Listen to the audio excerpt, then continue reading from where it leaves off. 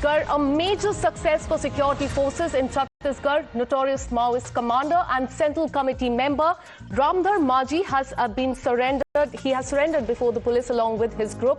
Majhi was considered, in fact, a part of the top Naxal leader, Hidma, and carried a reward of 1 crore rupees. And in total, 12 Maoists have surrendered before the forces today is what we are learning. And the police, in fact, said that surrender marks a major blow to the Naxal command structure there in Chhattisgarh, particularly at the top leadership level. Remember, Union Home Minister has time and again said that India will be free from Naxalism by March 31st, 2026. And in that direction, now we're witnessing this crackdown.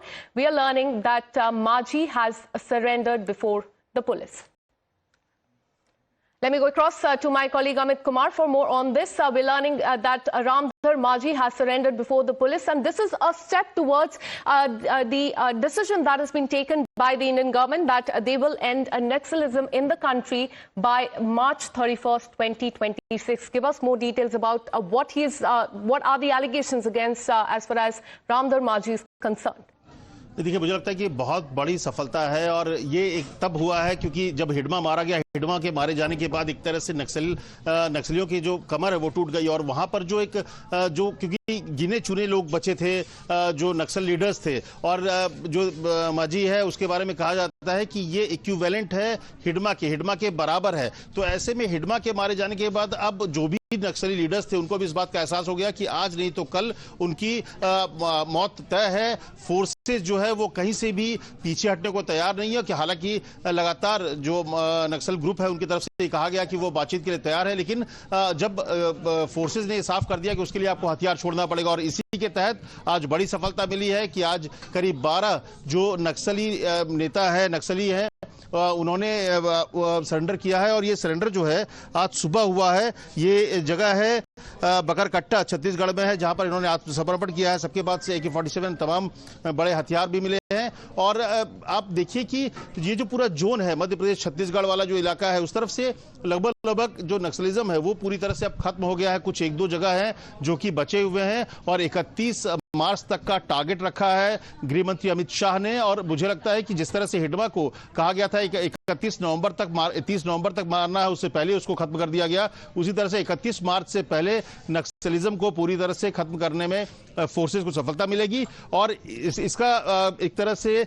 ये करना, surrender करना, ये बताता है कि नक्सली के जो भी नेता है अब वो ये मान चुके हैं कि किसी भी सूरत पे अब उनका बचना मुश्किल है। और अब हर कोई जो चाह रहा है कि सरेंडर करे, या जो सरेंडर कर रहे हैं या तो सरेंडर करिए, नहीं तो उनका खात्मा होना तय है।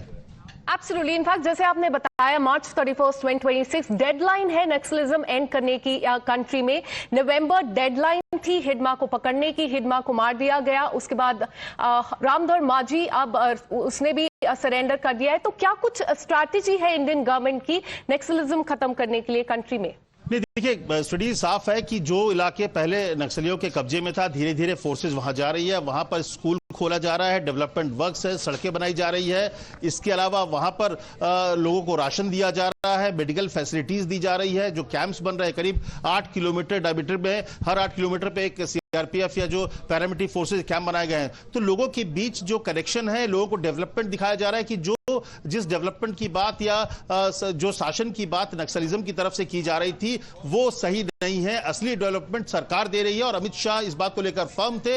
हर मीटिंग में उन्होंने एक ही शब्द कहा और एक ही बात कही कि हर वो इलाका जो कि नक्सलियों के डोमिनेशन में था, वहां पे अब डोमिनेट करना है, फोर्स वहां रहेगी और लोगों के पास विकास पहुंचेगा। जो नेटवर्क टावर्स है वो पहुंच रहे हैं। तो स्ट्रेटेजी साफ है कि एक तरफ से सरकार पहुंच रही है, दूसरी तरफ से पैरामिलिट्री फोर्सेस पहुंच रहा है और पैरामिलिट्री फोर्सेस हर वो नक्सलियों को मार गिरा रहा है। साफ सरकार ने साफ कर दिया था, अमित शाह ने साफ किया था कि आपको हथियार छोड़ना पड़ेगा। बिना हथियार छोड़े सरकार किसी से बात नहीं करेगी। आप हथियार छोड़कर मुख्य धारा में आइए। उनके लिए कई तरह की पॉलिसीज बनाई गई है कि अगर आप हथियार छोड़ते हैं तो उनको फोर्सेस में शामिल किया जा रहा है, उनको नौकरियां दी जा रही है ताकि आप सरकार के साथ मिलकर काम करिए। जो फोर्सेस बनाए गए हैं उसमें भी जो नक्सली छोड़कर आत्मसमर्पण करके आए हैं उनको जगह दी जा रही है। और वो बड़ी वजह भी है, ये जो ऑपरेशन में सफलता हो रही है उसकी बड़ी वजह है कि जो पुराने नक्सली थे जो छोड़कर अब फोर्सेस ज्वाइन कर चुके हैं उनके टिप ऑफ बहुत काम आ रहा है। तो फोर्स फर्म है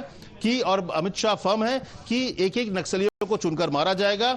31 मार्च तक पूरी तरह से खाली कर दिया जाएगा नक्सलिज्म को, उनको खत्म कर दिया जाएगा और हर इलाके में डेवलपमेंट, सरकार, शासन वहां पर पहुंच जाएगा। Absolutely. Let's tell you about who Ramdar Maji was. In fact, he was considered at par with top Naxal leader Hidma. Remember, who was killed by the paramilitary forces last month, and he carried a reward of 1 crore rupees. He has surrendered before the police now. Thanks so much, Amit, for all the details. We'll keep coming back to you for more on that.